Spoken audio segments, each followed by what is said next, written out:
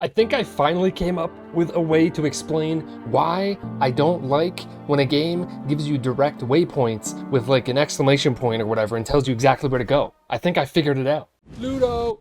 Lingo! Hello and welcome to Ludo Lingo episode 6. This time I'm going to be talking about something that I've kind of wanted to talk about for a while, but couldn't figure out exactly how to go about it because I didn't have a good explanation. And I was playing another Crab's Treasure a couple weeks ago, and I had a realization. I call it how lack of direction increases engagement with the world. And now you're like, wow, you're just throwing a bunch of buzzwords at me.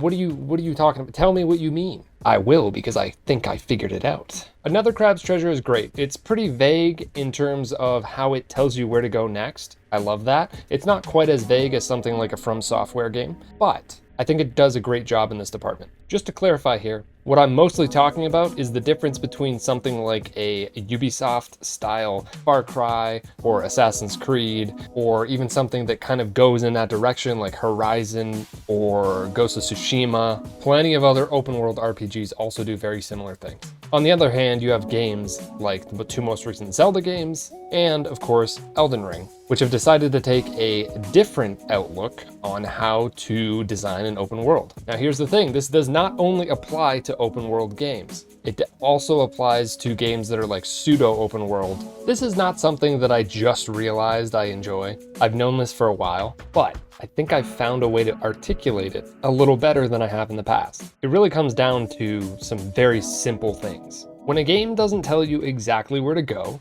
you have to look around and figure it out yourself. Simple enough. When a game's levels are designed well, they're not necessarily going to be incredibly linear, and they don't necessarily have to be wide open either. But just about any game is going to be trying to guide you in a certain direction, regardless of how open the level is. The thing that I like so much about video games, this is high up on my list of things that I love, is when you're walking around a level and you look around and you're like, okay, I think based on something somebody said, or even if it was a very clear direction you were given by someone, like saying literally go, you need to go west, which is something that they do in Another Crab's Treasure. It's really not that vague of a direction, but they don't tell you how to go west, so you can just kind of figure it out yourself. This is where the engagement part comes in, because I feel like when games pop up with a little waypoint on your map and it's like, go here, your brain just turns off. You just go on autopilot mode and you're like, okay, well, I guess I'm just gonna walk towards that little arrow. And I feel like you just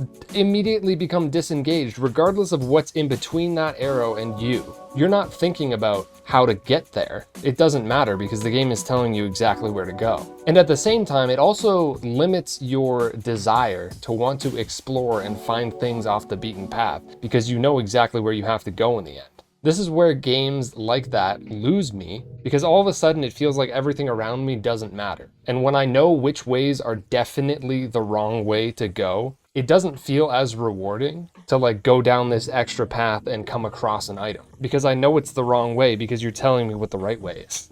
So when games do it right, in my opinion, the way that I like it, is when they just kind of generally tell you where you're going and you kind of just got to figure it out. And then when you're walking around the levels, you're looking around and you're like, ooh, that's kind of interesting. That's kind of interesting. I wonder if that's going to get me where I need to go. Or is it going to loop back around to somewhere that's going to uncover some cool secret or item? Is it going to give me a shortcut? Is it going to give me a point to rest at? You just always feel some sort of excitement because you're not entirely sure where each path is going to bring you. And I love just standing in an area and looking around and being like, all right, I can go left and right and forwards here in general, just to be vague to keep this simple. And I'm going to go left right now. But even if this left way brings me somewhere very interesting, I need to remember, keep this in my mind, that I need to come back to this spot and go forward and go right also. Now this sounds ridiculous, maybe, but this is how I play video games. And I, for some reason, have never been able to articulate how much I enjoy this aspect. This is why I think the engagement is just like heightened when you don't actually know 100% where you need to be going. When you're relying on visual cues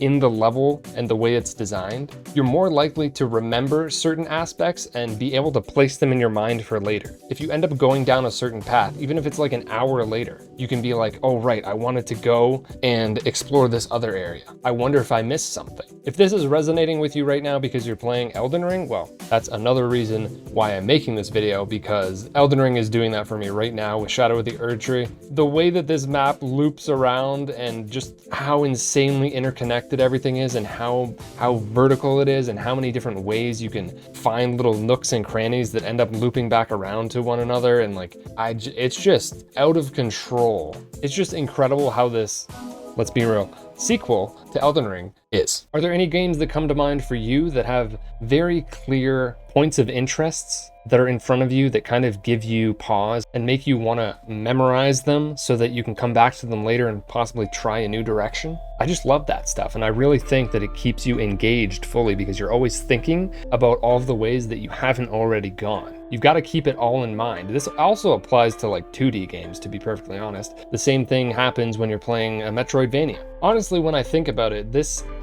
aspect of a game's world design that leads you to wanting to remember points of interest and giving you branching paths that potentially lead back on one another, or paths that can lead to completely optional new areas, and the way that you need to like internalize all of this as you're playing and try to remember them as you go along. For some reason, I just love it. And also I'm realizing that this is something that ties together so many different games that I love that are in completely different genres. Like Divinity Original Sin 2 and Baldur's Gate 3, they do this. Zelda games, they definitely do this. From Software has always been doing this, but it's most apparent in Elden Ring because of just how expansive it is. And you also have it in Metroidvanias. I just love it. In contrast, games that I like the Horizon games, I like them, but they're so similar to like Far Cry, for instance, in the way that they just tell you exactly where you need to go. And I'm just like, well, where's the adventure here? You should have strong enough direction in the overworld for me to understand and figure out where I want to go and want to explore while I'm at it. And if you can't do that, then to me, you're failing at like level design, which is kind of why I've been turned off to most open world games for a while now. It feels like level design is just thrown out the window and they're just like, here, just plop a big world and run around it. Have fun.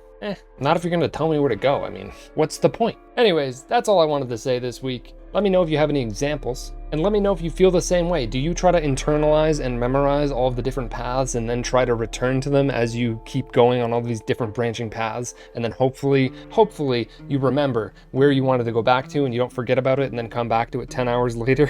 If you relate, let me know. Feel free to follow me on Twitch. Feel free to follow me on Backlogged. Feel free to go to my Patreon and check it out. And thank you to those that support me on Patreon. We got Mex, Scion, Hookie, and Kinoff. And I will see you all next week.